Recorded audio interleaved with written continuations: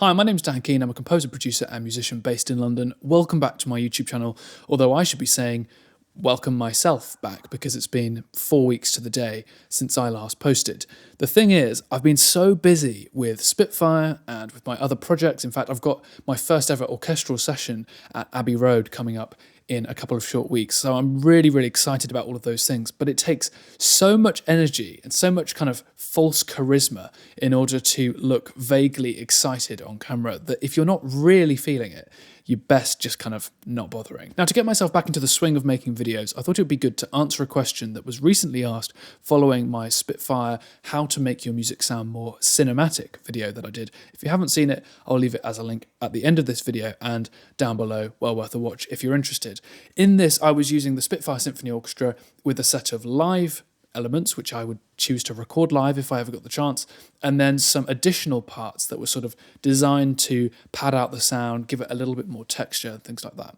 I had a couple of people ask this question, and that is, how did I set up the busing so that I had multiple mic signals going to separate buses for the track? So I'm not going to play the track right now. You can watch the video if you'd like, but basically, every instance of Kontakt within these live elements is actually a multi-output instance of Kontakt. And this means that instead of having to go in and manually change the mic mixes, if I wanted to create a little bit more space or get a little bit more intimate, as I say, I can do it just by riding these volumes of the main buses. So you can see that for the most part, the stereo mic is the kind of the default sound that I was using. I really, really love this mic signal. But then to kind of bring in some of those more intimate moments or the louder sections, I can pull up the gallery, things like that. I can do it with one single piece of automation rather than having to go into each instance of Kontakt and pull it up by the same arbitrary amount. So I'm going to show you how to do that today in a brand new project. And it really is very simple. All I need to do is go into Instrument, go to where I'd normally click Stereo, but instead I need to go down to a multi-output. I'm not going to need more than 16, so that is absolutely fine. Now, if you don't see this bit already, you need to go to Output and make sure that's selected. So basically, these are all the different outputs we've got, and if we want to make more of them, we can just drag it up like this. I'm going to click OK, and then the bit at the bottom here remains unassigned. So if I want to have something go to an output, I need to go down here and I could set it to unassigned 1 and unassigned 2. And you can see that that's now selected outputs 19 and 20. It's important to note here that it's best to do this before you've opened up an instance of your instrument of choice. And the great thing is, once you've created one instance, you can just copy and paste, so you don't have to do this for every single instrument that you've got. Then here, just a nice little bit of housekeeping, I'm going to create a title for each of these. So we have close R, stereo, I'm going to miss those surround mics, gallery, and then just for kicks, I'm going to add the leader microphone as well. So all I need to do now is open up an instrument that has multiple microphone positions, as most libraries do. And as you can see, I've got my 4 mics here. So this is close ribbon, stereo, gallery, and leader.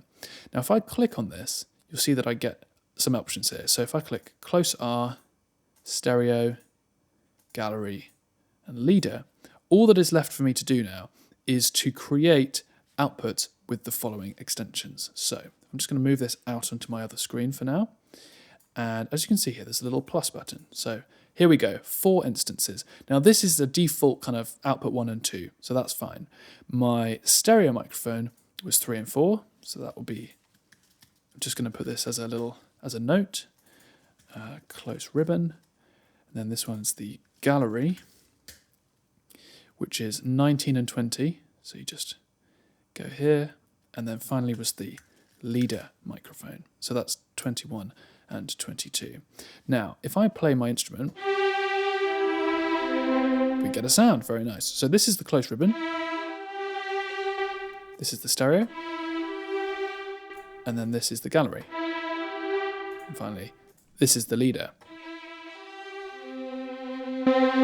So if I want to dial in a mic mix, rather than going into my instance of Kontakt and bringing down the send amounts, I can just leave these at 100% and change the mix myself here. So if I wanted, say, to use the stereo as the main set of mics, and then I want a little bit more power, I might just bring in the gallery.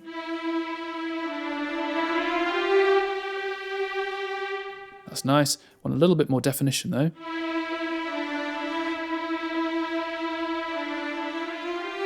And I'm going to round it off with this close ribbon.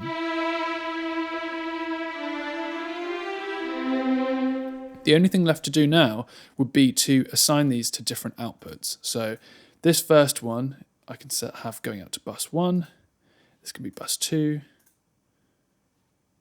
bus 3, you get the idea. And then I can call this close R, stereo, gallery. And then all I need to do is create tracks for these. And there it is. Now you'll notice that this Kontakt instance only shows one track. So instead of calling this close R, I might as well call this violin 1 leg for legato and then close ribbon. But we'll know that that goes to that output.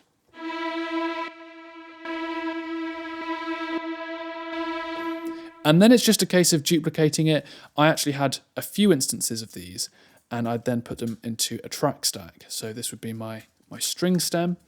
So then all of this is still going to the relevant outputs, but my buses are all going to bus 4, my string output. And I might want to put some extra plugins on this. I can treat them differently. I can use different send amounts for reverb, etc. It's a really, really powerful tool, very easy and efficient way of getting around. And I haven't done it yet, but I would create a template with this in mind if that's something that I'm likely to do on a regular basis. I'd be interested to see if you do this. Is this something that you're going to add to your workflow?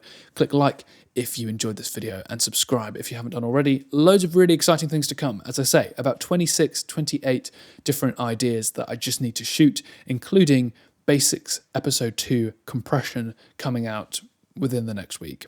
Thanks so much for watching and see you again very, very soon.